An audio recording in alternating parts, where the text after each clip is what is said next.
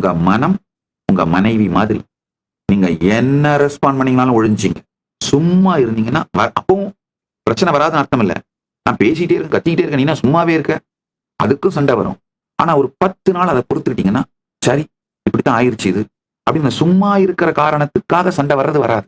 அப்ப என்ன ஆகும்னா, கொந்தளிப்புகள் அடங்கி நிஜத்தை பார்க்க துவங்குவீர்கள்.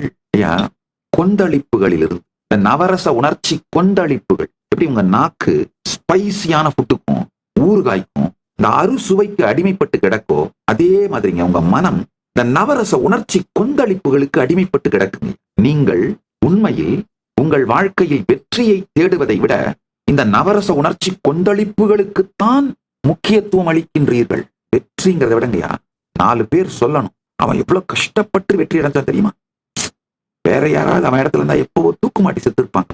இதை 4 பேர் சொல்லணுன்றதுக்காக நீங்களே சொல்லி சொல்லி பார்த்து இதை 4 பேர் சொல்ல வைக்கிறதுக்கான டைலாக்ஸை நீங்களே மற்றவங்களுக்குள்ள ஃபீட் பண்ணி, ஒரு கொடுமை என்னன்னா, இந்த நவரச உணர்ச்சி கொந்தளிப்புகளுக்கு அடிமையாவதுதான் மிகப்பெரிய அடிமைத்தனம்.